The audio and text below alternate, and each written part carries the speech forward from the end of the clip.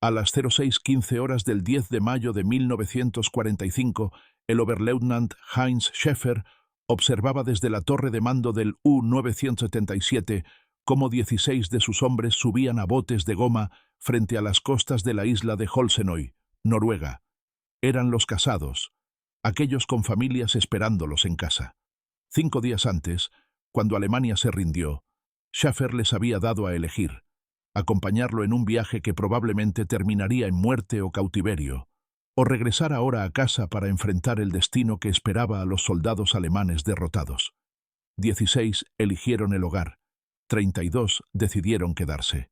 Lo que esos 32 hombres no comprendían del todo era que acababan de ofrecerse como voluntarios para lo que Schäfer más tarde afirmaría fue un viaje de 66 días sumergido. Schäfer tenía 24 años. Había asumido el mando del U-977 en diciembre de 1944. Nacido en Berlín el 28 de abril de 1921, se había unido a la Kriegsmarine en 1939 con apenas 18 años. Había servido en el U-561 y luego en el U-445 como oficial de guardia, completando 4 patrullas de guerra. Había visto la evolución de la guerra submarina desde el dominio alemán hasta la supremacía aliada. Había visto morir a sus amigos, pero nunca había comandado un submarino en una patrulla de combate. Su mando anterior, el U-148, había sido un pequeño bote de entrenamiento tipo U y D en el Báltico. Ahora comandaba un tipo B y C que había sido relegado al entrenamiento después de ser embestido 3 veces. Su casco de presión estaba comprometido, sus baterías al 70% de eficiencia. El problema no era solo la distancia, era el momento. Alemania se había rendido el 8 de mayo de 1945. Cada U-boot en el mar había recibido órdenes del almirante Karl Dönitz de emerger, reportar su posición y proceder al puerto aliado más cercano para rendirse. La mayoría lo hizo. Para el 10 de mayo, 156 U-boots ya se habían rendido. Pero Schäfer había escuchado las transmisiones de propaganda. Joseph Goebbels había pasado meses diciéndole al pueblo alemán lo que sucedería después de la derrota. El plan Morgenthau convertiría a Alemania en un pastizal. Todo varón alemán sería esclavizado y esterilizado. Los vencedores destruirían la cultura, la industria y la identidad alemanas. El submarino había dejado Kristiansand el 2 de mayo para lo que se suponía sería la primera patrulla de combate del U-977. Después de 2 años como bote de entrenamiento, finalmente iría a la guerra. Las órdenes de Schäfer eran entrar al puerto de Southampton y atacar barcos británicos. Era una misión suicida, pero Schäfer nunca tuvo que intentar la misión.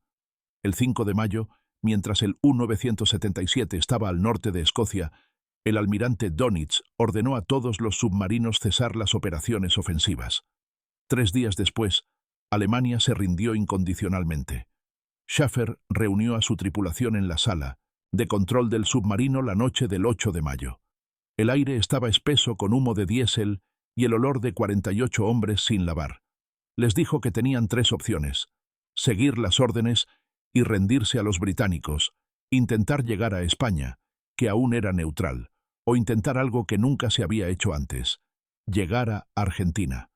Argentina era técnicamente neutral pero simpática con Alemania. Buenos Aires tenía una gran comunidad alemana, casi 300.000 personas. La tripulación votó. No fue unánime, pero la mayoría eligió Argentina. El 10 de mayo, después de dejar en tierra a los hombres casados, el U-977 se sumergió y se dirigió al oeste hacia el Atlántico Norte. Schäfer había tomado su decisión. Navegarían sumergidos durante el día usando el schnorchel. Solo emergerían de noche y solo cuando fuera absolutamente necesario. Mantendrían silencio de radio. Para el resto del mundo, el U-977 simplemente desaparecería. La primera semana fue manejable. Para la segunda semana comenzaron los problemas. La válvula flotadora del schnorkel empezó a atascarse. Cada vez que se atascaba cerrada, los motores succionaban aire del interior del submarino. Los hombres colapsaban cuando la presión bajaba. Los oídos sangraban. Las baterías del submarino se deterioraban más rápido de lo esperado. Eran viejas, desgastadas por 2 años de ejercicios de entrenamiento. Para la tercera semana, la tripulación mostraba signos de tensión. Vivir a profundidad de Schnorchel significaba movimiento constante. El submarino se mecía y cabeceaba con cada ola. Los hombres no podían dormir ni comer sin vomitar.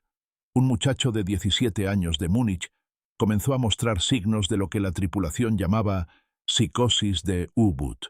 Miraba fijamente el casco, convencido de que podía escuchar agua filtrándose. Contaba remaches obsesivamente. Dejó de comer. La higiene se volvió crítica para la cuarta semana.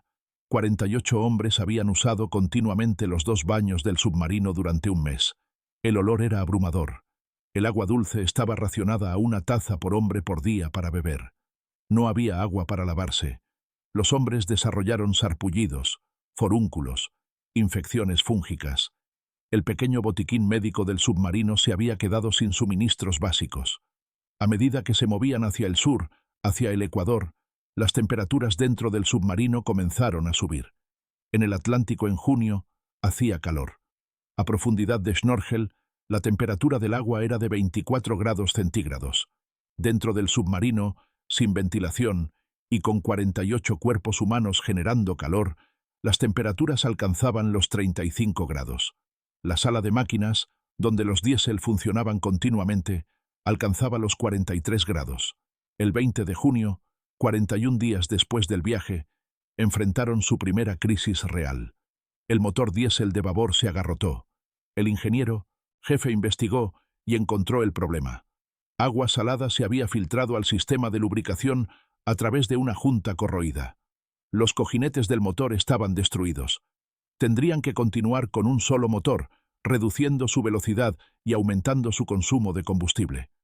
El 4 de julio, 56 días después del viaje, el motor diésel restante comenzó a sobrecalentarse.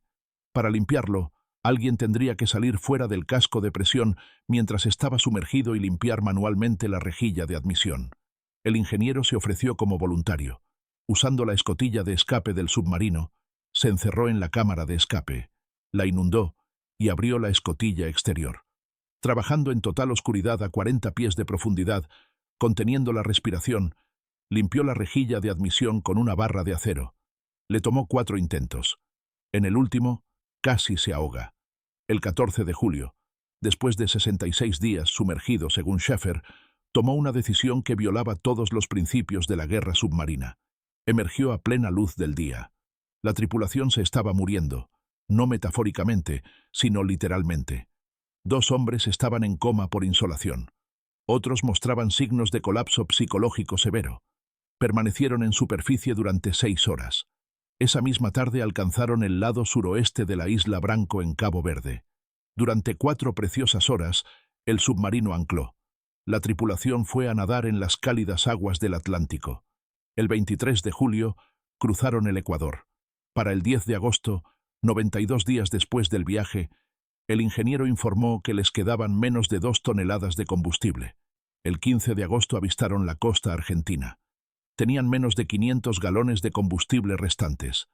El 17 de agosto de 1945, a las 7:30 de la mañana, el U-977 entró al puerto de Mar del Plata, 107 días después de dejar Noruega, 7.644 millas náuticas, el viaje más largo jamás realizado por un submarino alemán. La llegada del U-977 causó una sensación internacional. Inmediatamente comenzaron los rumores. El submarino había traído oro nazi, había transportado nazis de alto rango. Algunos afirmaban que Adolf Hitler mismo había estado a bordo. El 22 de agosto, la tripulación fue transferida a custodia estadounidense y llevada a Washington para ser interrogada. Durante semanas, oficiales de inteligencia estadounidenses interrogaron a cada miembro de la tripulación por separado. Los estadounidenses no encontraron evidencia de oro nazi, ni evidencia de pasajeros. Los torpedos del submarino estaban todos contabilizados. La historia de la tripulación era consistente. Habían huido a Argentina para evitar el cautiverio soviético. Pero las sospechas persistieron. En 1952, Schäfer escribió un libro sobre el viaje que se convirtió en un éxito de ventas internacional, pero solo alimentó más teorías de conspiración. En 1953, Schäfer se mudó permanentemente a Argentina. Cuando le preguntaban sobre las teorías de conspiración decía: «Éramos jóvenes que no queríamos morir en un campo de prisioneros. Eso es todo. Nada más». Heinz Schäfer murió el 15 de enero de 1979 en Berlín. Tenía 57 años. Su funeral fue atendido por miembros supervivientes de la tripulación que habían hecho el viaje con él 34 años antes. Su lápida lleva una simple inscripción: Heinz Schäfer, 1921-1979. Comandante U-977. Así es como suceden los viajes imposibles. No a través de grandes planes o misiones secretas, sino a través de personas ordinarias que se niegan a aceptar la derrota.